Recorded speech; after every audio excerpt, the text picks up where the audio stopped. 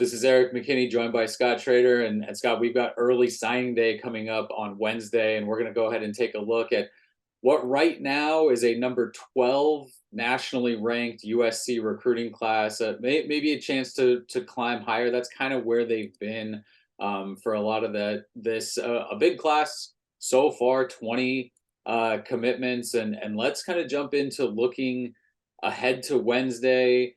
Your headliners, I guess, for this class when we're talking about this 2023 class.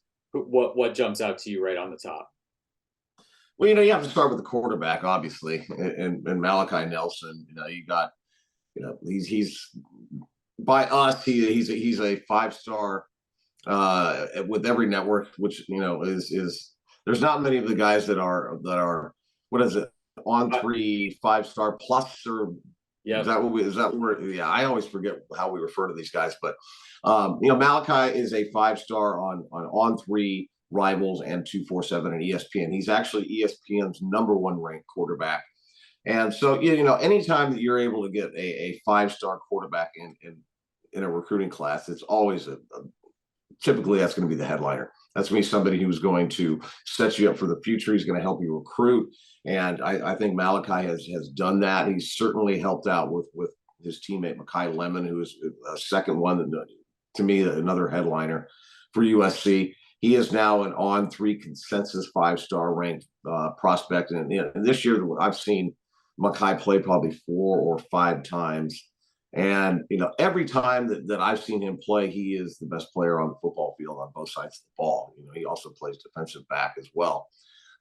So, those two Los Alamitos teammates are huge gifts, in my opinion. I'm sure I know you share the same sentiment on that. And then, I have to say that, Zachariah Branch, for me, has been one of the most electrifying high school football players to watch over the last couple of years. And adding Branch to the USC offense, I think brings an element that we did not see last year. And I think that you have an opinion on that as well. Yeah, he is one of the, Reggie Bush, right? You talk about him, and everybody wants to be him. Gosh, this is pretty close. Different spots, but maybe if Reggie's playing now with what offenses look like now, maybe he does play more wide receiver and get outside there. But Zachariah Branch is one of those guys. I think the way Lincoln Riley talked about Raleek Brown and how hard he went after Raleek Brown and clearly saw kind of a spot for him in this offense, that's how he chased Zachariah Branch too. I think he is really excited to be able to get him in and move him all over again. After seeing what happened with Raleek, where there's always a speed of the game jump and always a going from high school to college, I think the ceiling is still sky high for Raleek. I think the same thing for Zachariah. Maybe he doesn't come in and catch 12 balls his first game with USC, but would not be surprised at all to see him make a sizable impact for a true freshman. I'm with you. The top of the class, right? There's 4 programs right now that have 3 5-star commitments. USC is one of them. Alabama, Miami, Texas, and those 3 programs have been recruiting unbelievably well in this cycle. So for USC to be there with them, that kind of speaks, I think, to the top end talent that USC is bringing in. And let's go to Wednesday and kind of maybe the unknown, I guess, what we're looking at. Some names to watch. In the past, you go into signing day, and I know there's been a jump from the February signing day, and then all of a sudden it was the early signing day, and there was so much anticipation, and that's the day we talked about. Maybe a quieter, slower Wednesday for USC, but who is there for USC fans to kind of keep an eye on Wednesday?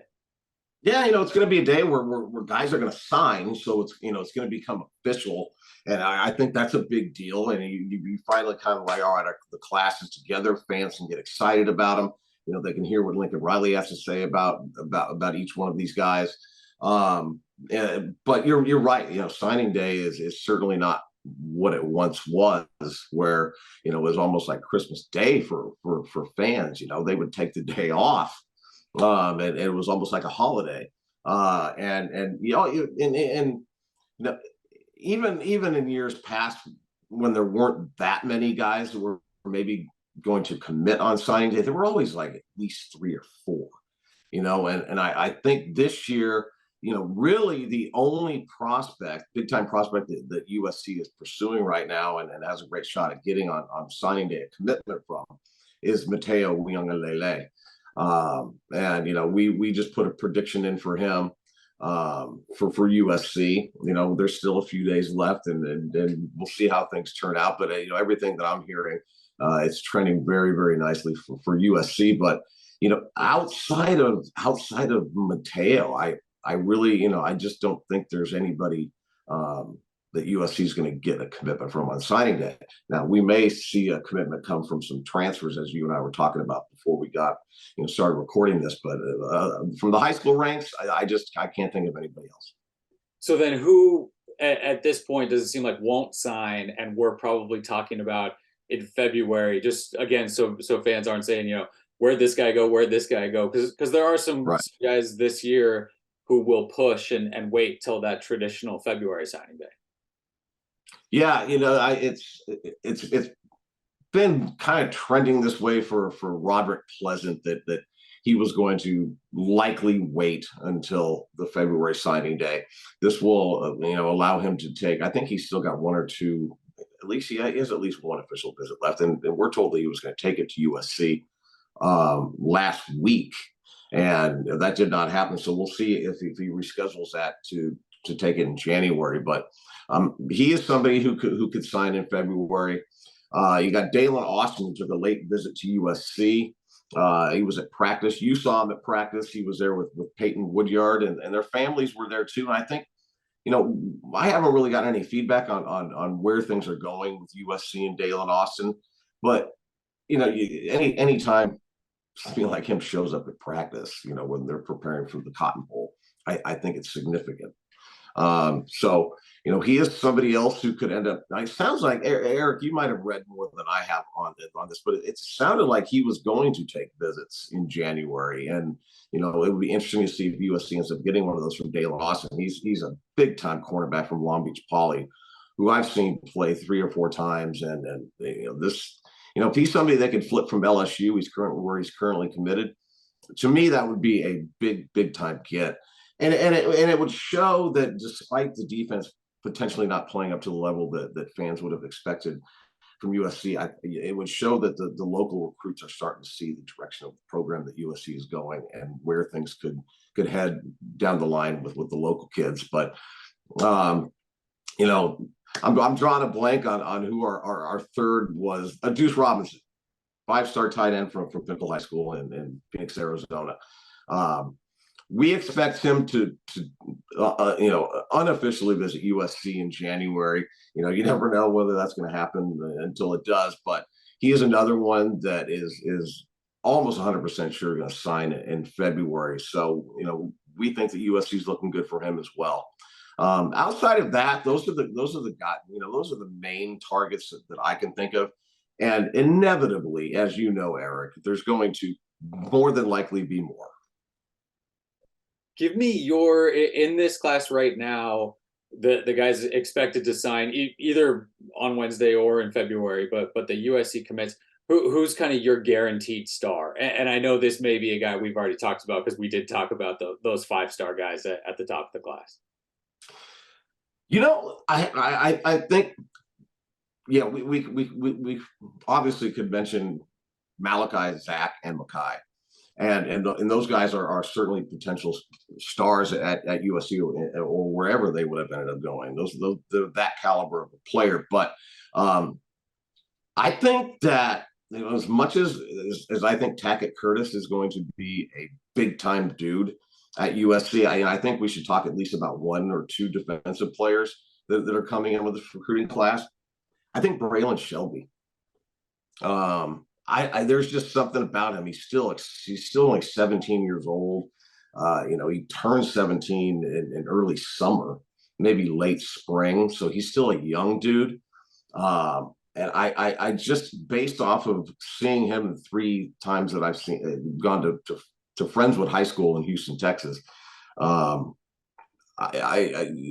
He's vaulted up the rankings too, as you know. I was just trying to see what our current ranking is for him, and I think he's like ranked almost like 33rd or something like that. 33. That's a Yeah, from the yeah. 64 in the consensus. Yeah. So I'm going to go with Braylon Shelby. You know what's funny is I knew that you were going to go with Tackett Curtis, and I was ready to talk about Braylon Shelby. So because you went that way, Tackett Curtis has got to be right. I think it's Zach Branch, but again, we've talked about him. Yeah, Tackett Curtis, he lives in the weight room. He's got family that are coaches. He lives and breathes this game. That there's just nothing about him that says miss. Like at worst he's right. a multi-year starter, I think, for USC, and probably a guy we're going to see on the field as a true freshman. Maybe not taking a ton of defensive snaps, but he's a guy that helps you on special teams, can get in a little bit if you need him on defense. And I think his floor maybe is higher than just about anybody else in this class. I think he is a big time guy. The Yep. way he excelled on offense and defense just kind of gets the game, a grinder, everything that you want, I think, in a player. So he's the guy that I'll go with because again, I thought you'd go with him and I would take Shelby. I didn't because it was off. It was like I didn't because that's who I would have gone with almost any other time that we were talking about this. But I thought, all right, everybody's going to expect Tackett Curtis, so I'm going to go with Braylon Shelby. And the last thing, kind of your underrated guy in this. There's a few 3-star guys, some lower rated 4-star guys in what's a pretty deep class at kind of every position right now. Yeah, and there are. I think the staff has done a tremendous job of evaluating players. So I think we should mention that because I've seen most of these guys myself in person. But one guy that just stood out immediately when I went and saw him play in Arlington, Virginia, was Elijah Hughes, and he just announced his commitment to USC yesterday. I just think this guy is a superstar, and the stat book that he is going to accumulate at USC, I think it's going to be tremendous. So I put him. I mean, this is a guy whose twitch, motor, he's relentless pursuit, and he's he's going to come in and he's going to be all business. This is not a guy who sought out any attention during the recruiting process. He didn't do many interviews. He talked to us once, and then he went radio silent on even on USC after his official visit at the end of September. So this is a guy that I think is probably the most underrated prospect that USC will sign on Wednesday. Again, talking about a defensive guy, I think maybe all three of the defensive linemen could fit in there. That's the talent that they're bringing in. It's cheating a little bit. He's a 4-star guy. Micah Benuelos, for me, I think is a big time offensive lineman. And if he is going to come in and play center, that's not a spot where you can find a ton of guys. If he can come in and be that center of the future for USC, I think he is a big time, tenacious, ferocious kind of blocker that will do everything for you. So that's kind of our look at again, a very, very solid class coming in for USC. Just because they won't add a ton of guys on Wednesday does not mean that this isn't a big class.